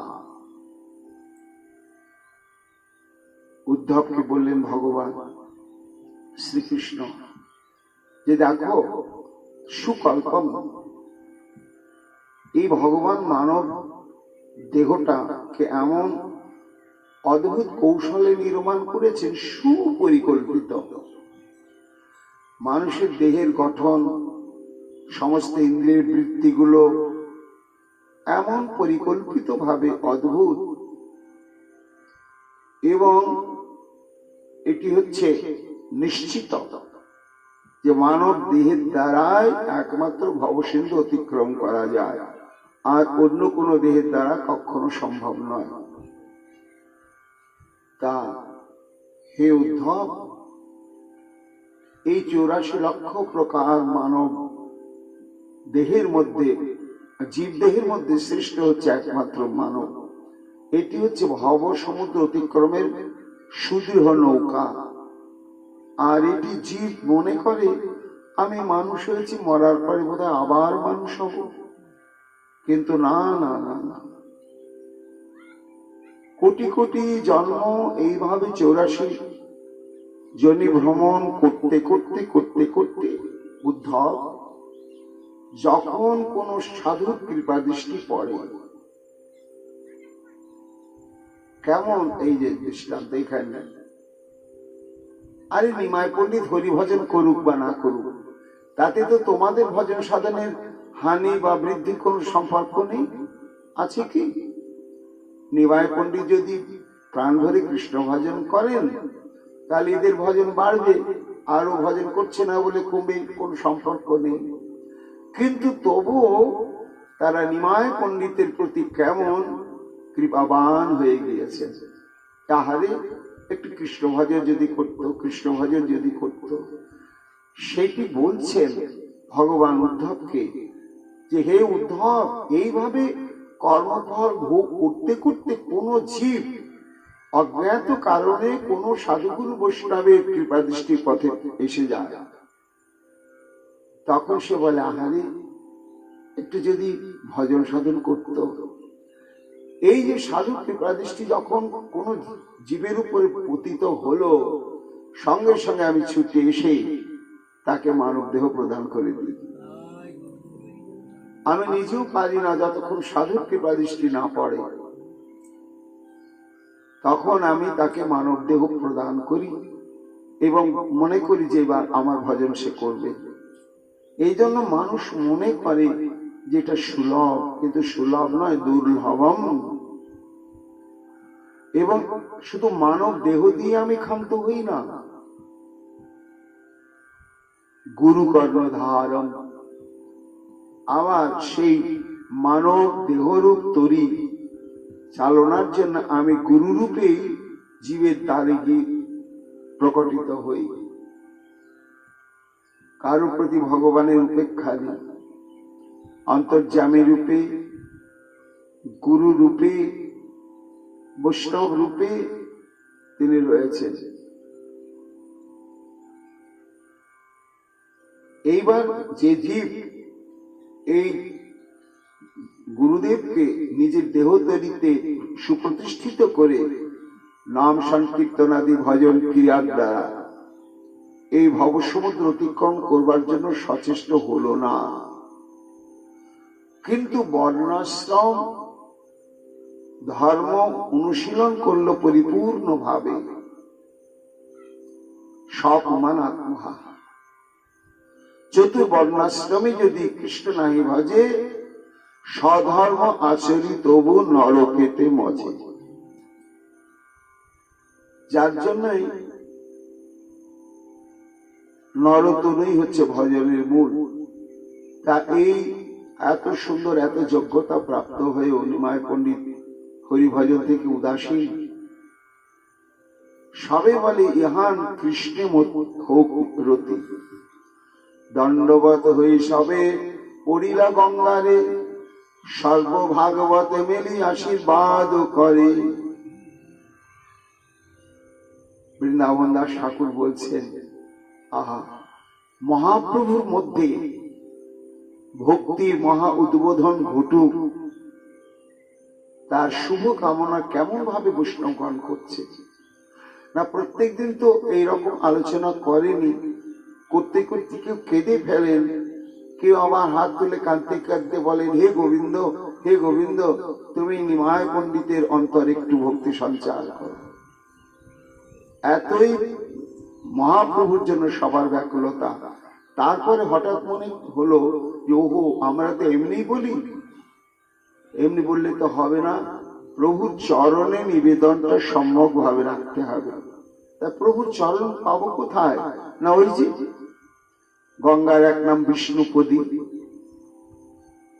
তখন দণ্ডবত হই সবে পড়িলা গঙ্গা, গঙ্গাকে বিষ্ণু চরণ জ্ঞান করে সমস্ত বৈষ্ণব মন্ডলী দণ্ডবত হয়ে প্রণাম করে কাঁদতে কাঁদতে তখন বললে, হে গোবিন্দ, তোমার এই চরণে আমাদের নিবেদন, হেন করো কৃষ্ণ জগন্নাথের নন্দন, তোর রসে মত্ত হও ছাড়ি অন্য মন। চোখের জলে ভাসতে ভাসতে গঙ্গা দেবীর কাছে প্রণাম করে গঙ্গা দেবীকে শ্রী গোবিন্দের সে বাঞ্ছা কল্পতরু চরণ অনুভব করে সেই চরণে নিবেদন করছেন যে হে গোবিন্দ, তুমি একটু কৃপা দৃষ্টি প্রদান করো।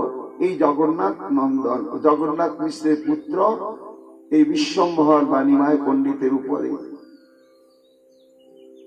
গোবিন্দ যেন বলছেন, কি রকম কৃপা তোমরা পেতে চাও? তোর রসে মত্ত হোক ছাড়ি অন্য মন। আজকে যেমন পাণ্ডিত্য প্রচারের নেশায় ও মেতে উঠেছে, আমরা দেখতে চাই কৃষ্ণ প্রেমানন্দের নেশায় ও পাগল হয়ে থাকুক। এটাই আমরা দেখতে চাই, আর অন্য কিছু চাই না। নিরবধি প্রেম ভাবে ভজুক তোমারে, হেন সঙ্গ কৃষ্ণ দেহ আমা সভাকারে। এই নিমায় পণ্ডিত কৃষ্ণ ভক্তি রসে ডুবে যাক, ও প্রেমের বিকাশ যেদিন আমরা দেখব, সেদিন যেন আমাদেরও জীবন ধন্য বলে মনে করব। অন্তর্যামী প্রভু চিত্ত জানেন সবার, শ্রীবাস আদি দেখিলেই করেন নমস্কার। এইবার ধীরে ধীরে যেন মহাপ্রভুর জীবনের পরিবর্তন আসতে শুরু করলো। কেন না, এত বৈষ্ণবের কামনা, গোবিন্দের চরণে প্রার্থনা ব্যর্থ যাবে কি? তাই ধীরে ধীরে মহাপ্রভুর যেন একটু একটু করে পরিবর্তন আসতে শুরু করলো।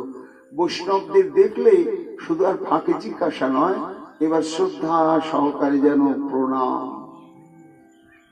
প্রণামের মধ্যেই যেন প্রকাশ না করলে বোঝা যায় যেন আশীর্বাদ করে আমার কৃষ্ণ ভক্তি হোক।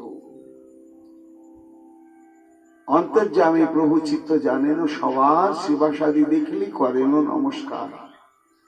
ভক্ত আশীর্বাদ প্রভু শিরে করি লয়, ভক্ত আশীর্বাদ সে কৃষ্ণেতে ভক্তি হয়। বৃন্দাবন দাস ঠাকুর বলছেন, এই জগৎ এই দেখো, আপনি আচরি প্রভু জীবের শিখায়। কি শিক্ষা দিচ্ছেন মহাপ্রভু? না, কৃষ্ণ ভক্তি পেতে গেলে, কৃষ্ণ ভক্তির রাজ্যে প্রবেশ করতে গেলে সাধু বৈষ্ণবের কৃপা আশীর্বাদের গুরুত্ব অসীম অসীম অসীম। কোন সাধুগুরু বৈষ্ণবের শুভ কৃপা দৃষ্টিপাত করল না, কোন সাধু বৈষ্ণব আমার জন্য শুভ কামনা করলেন না, আমি নিজের তপস্যা শক্তি জ্ঞান বৈরাগ্যের দ্বারাই বৈতরণী পার হব, কখনো না, কখনো না। যার জন্য সাধুগুরু বৈষ্ণবের প্রতি শ্রদ্ধা প্রকাশ, এটা আমাদের ভজনের একটা অত্যাবশ্যক অঙ্গ। ব্রাহ্মণ চণ্ডাল কুকুর অন্ত করি দণ্ডবোধ করিবে বহুমান্য করি, এই সে বৈষ্ণব ধর্ম সবারই প্রণতি, সেই ধর্ম ধ্বজি যার ইতে নাহি রতি। সবাইকে, যারা বয়োজ্যেষ্ঠ একটু কৃষ্ণ ভজনের পথে রয়েছেন, সবাইকে প্রণাম করতে শুরু করলেন। ভক্ত আশীর্বাদ সে কৃষ্ণেতে ভক্তি হয়, বৈষ্ণবের কৃপা আশীর্বাদ বেঁধে রেখে কখনোই হয় না ভক্তি। কেহ কেহ সাক্ষাতেই প্রভু দেখি বলে, কি কার্যে গোয়াও কাল তুমি বিদ্যা বলে। কেউ কেউ আর চুপচাপ থাকতেই পারে না, মনের কথা মনে রাখতে পারে না। হ্যাঁ গো বাবা নিমাই, কতদিন তুমি এই ব্যাকরণের চর্চা নিয়ে জীবনটা কাটাবে বাবা? চিন্তা করো তো, এই ব্যাকরণ অনুশীলনের দ্বারা তো বৈতরণী পার হওয়া যাবে না, ভব সমুদ্র অতিক্রম করা যাবে না। কেন? ওই দেখো শঙ্করাচার্যের মতো ব্যক্তি, যিনি বললেন যে ব্রহ্ম ছাড়া জগতে কিছু নাই, যদুত্তম গ্রন্থ কোটিভি শ্লোকার্ধেন প্রবক্ষ্যামি ব্রহ্ম সত্যম জগন মিথ্যা জীব ব্রহ্মৈব না পর। সেই শঙ্করাচার্য শেষে বললেন, ভজ গোবিন্দং ভজ গোবিন্দং ভজ গোবিন্দং মূঢ়মতে প্রাপ্তে সন্নিহিতে কালে না রক্ষতি ডুভৃং করণে। অর্থাৎ হে মূঢ় মন, তুমি গোবিন্দ ভজন করো, গোবিন্দ ভজন করো। কেন না ব্যাকরণের শব্দরূপ আর ধাতুরূপ মুখস্থ করে কখনো ভব সমুদ্র পার হওয়া যাবে না। গোবিন্দ ভজনের দ্বারাই পার হওয়া যাবে। এই জন্য কেউ আর চেপে থাকতে পারে না। নিমাই কি কাটছে গোয়াও কাল তুমি বিদ্যা ভোলে, কি করছো তুমি বলো তো? কেহ বলে হেরো দেখো নিমাই পণ্ডিত, বিদ্যায় কি লাভ কৃষ্ণ ভজ তরি। তুমি অনেক বিদ্যাবত্তা প্রকাশ করেছো বাবা, অনেক হয়েছে, এখন তুমি একটু কৃষ্ণ ভজনের কথা চিন্তা করো। কেউ বলে অনিমায় শোনো, এই যে তুমি বিদ্যা বৈদগ্ধিক প্রচার করছো, কিন্তু বিদ্যার উদ্দেশ্য কি বলতো? বিদ্যা উদ্ধারের প্রয়োজন কি আর বিদ্যার স্বরূপ কি? কেউ বলছে পরে কেন লোক কৃষ্ণ ভক্তি জানিবারে, সে যদি নহিল তবে বিদ্যায় কি করে? পড়াশোনা বিদ্যা চর্চার একমাত্র উদ্দেশ্য হচ্ছে কৃষ্ণকে জানা আর কৃষ্ণ ভক্তিকে জানা। যা বিদ্যা যা বিমুক্ত, সেটাকে বলা হবে বিদ্যা, যার দ্বারা জীবের বিশেষ মুক্তি লাভ হয়, পরাগতি লাভ হয়। সেটা হচ্ছে প্রকৃত বিদ্যা। আর এই বিদ্যা কি? বিদ্যা তো বিদ্যা নয়। ভগবানকে জানলে আর জানার কিছু বাকি থাকে না, একেবারেই থাকে না। পরে কেন লোক কৃষ্ণ ভক্তি জানিবারে, সে যদি নহিলে তবে বিদ্যায় কি করে? হাসি বলে প্রভু বড় ভাগ্য সে আমার, তোমরাও শিখাও মোরে কৃষ্ণ ভক্তি সার। মহাপ্রভু তখন ধীরে ধীরে দৈন্য প্রকাশ করেন, করে মাথাটা নিচু করে বলেন আশীর্বাদ করুন। আপনারা যখন চাইছেন, আমি জানি না কৃষ্ণ ভজনের আমার যোগ্যতা আছে কি নেই, সেই ভক্তি অনুশীলন আমার দ্বারা হবে কি না হবে আমি জানি না, কিন্তু আমি বুঝতে পারছি আপনারা আমার কাছ থেকে সেটি পেতে চাইছেন। এটা আমার জীবনের সৌভাগ্য যে আমার কৃষ্ণ ভক্তি লাভ হোক, এই শুভ কামনা আমাদের অন্তরে প্রকৃষ্ট রূপে জাগ্রত হয়েছে। এই কথা কেউ তো ভাবেনি, একমাত্র আপনারাই ভাবছেন। তোমরাও শিখাও মোরে কৃষ্ণ ভক্তি সার। আমি তো পুঁথিগত বিদ্যা, আর আপনাদের হচ্ছে অনুভবের বিদ্যা। দুটো তো আলাদা। রসগোল্লা কি দিয়ে তৈরি হয়, খেতে মিষ্টি লাগে, যিনি পড়েছেন সেটি পড়া বিদ্যায় বলবেন। তার ওই বলা আর যে রসগোল্লা তৈরি করেছে জীবনে, নিজে খেয়েছে খায়, এই দুজনের মধ্যে পার্থক্য থাকবে জ্ঞানের অনেক। আপনারা কৃষ্ণ ভক্তি অনুশীলন করে কৃষ্ণ তত্ত্ববেত্তা হয়েছেন, ভক্তিরস আস্বাদন করে তার মহিমা সম্যক উপলব্ধি করতে পেরেছেন। এই জন্য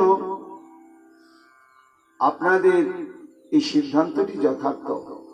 তুমি সব যার করো শুভানুসন্ধান, মোর চিত্তে হেন লয় সেই ভাগ্যবান। মহাপ্রভু গদগদ হয়ে বলছেন, হে বৈষ্ণবগণ, আমার চরম সৌভাগ্য যে আমার শুভ কামনা আপনারা করছে আমার অন্তরে কৃষ্ণ ভক্তি সঞ্চার হোক। জগতে সেই ভাগ্যবান কে না যার প্রতি ভক্ত বৈষ্ণবের কৃপা দৃষ্টি পড়ে। যার প্রতি কোন সাধু মহাত্মা ভক্তের কৃপা দৃষ্টি পড়ে না, তার বিদ্যাবত্তা, তার ধন বিত্ত বৈভব, অখণ্ড যৌবন, তার ব্রহ্মচর্য, তার বর্ণাশ্রম কোনই মূল্য নেই, কোনই মূল্য নেই। তুমি সব যার করো শুভানুসন্ধান, মোর চিত্তে হেন লয় সেই ভাগ্যবান। কতদিন পড়াইয়া মোর চিত্তে আছে, চলিম বুঝিয়া ভালো বৈষ্ণবেরও কাছে। মহাপ্রভু এইবার নিজের মনের কথাটা খুলে বললেন বৈষ্ণবদের কাছে, যে আমিও চিন্তা করেছি যে মনে হয় আমি ঠিক প্রকৃত যেটি বিদ্যা, সেই বিদ্যাকে এখনো অনুশীলন করতে পারিনি। তবে আমার একটু অপেক্ষা রয়েছে। হে বৈষ্ণবগণ, আমি চেষ্টা করছি যত সম্ভব আমার অসমাপ্ত কার্য সুসমাধা করে আমি এই ভক্তি সাধনার পথে অনুসন্ধিৎসু হয়ে কোন সিদ্ধ বৈষ্ণবের সান্নিধ্য লাভ করব। কেন বৈষ্ণবের সান্নিধ্য ব্যতি রেখে, আনুগত্য ব্যতি রেখে এই ভক্তি বিদ্যার আগম নিগম কিচ্ছু জানা যাবে না। এই জন্য আমারও ইচ্ছা আছে অল্প দিনের মধ্যেই আমি সেই ধরনের কোন বৈষ্ণব অনুসন্ধান করব এবং তার চরণ আশ্রয় করে সবাই আশীর্বাদ করুন আমি যেন কৃষ্ণ ভজনের পথে নিজেকে প্রতিষ্ঠিত করতে পারি। এই বলে মহাপ্রভু গম্ভীর ভাবে চললেন। বৃন্দাবন দাস ঠাকুর বলছেন, বৈষ্ণবগণ তখন দু হাত তুলে গোবিন্দের চরণে কাঁদতে কাঁদতে প্রার্থনা করলেন যে হে প্রভু, বোধহয় তোমার চরণে আমাদের প্রার্থনা পৌঁছেছে। কেন নিমায় পণ্ডিতের মনে হচ্ছে কিছু পরিবর্তন আসছে। এইবার বোধহয় ভজন সাধনে তার চিত্তবৃত্তি দ্রবীভূত হতে চলেছে, যেন এটি তাড়াতাড়ি হয়। এইবার মহাপ্রভু সত্যি সত্যি কৃষ্ণ ভজনের পথে নিজেকে প্রতিষ্ঠিত করলেন কিনা, কতদিন পরে করলেন, কিভাবে করলেন, এই নিয়ে বিস্তৃত প্রসঙ্গ আমরা পরবর্তীতে আবার শ্রবণ কীর্তন করব। আজকের মতো এইখানে আমাদের শ্রী চৈতন্য ভাগবত প্রসঙ্গ বিশ্রাম লাভ করছে। আগামীকাল আমরা এর পরবর্তী অংশ আবার আস্বাদন করব। নিতাই গৌর হরি বল, নিতাই গৌর হরি বল, নিতাই গৌর হরি বল। নরহরির প্রাণ আমার গৌরাঙ্গ হে, গোরা গোরা গোরা গোরা গৌরাঙ্গ হে।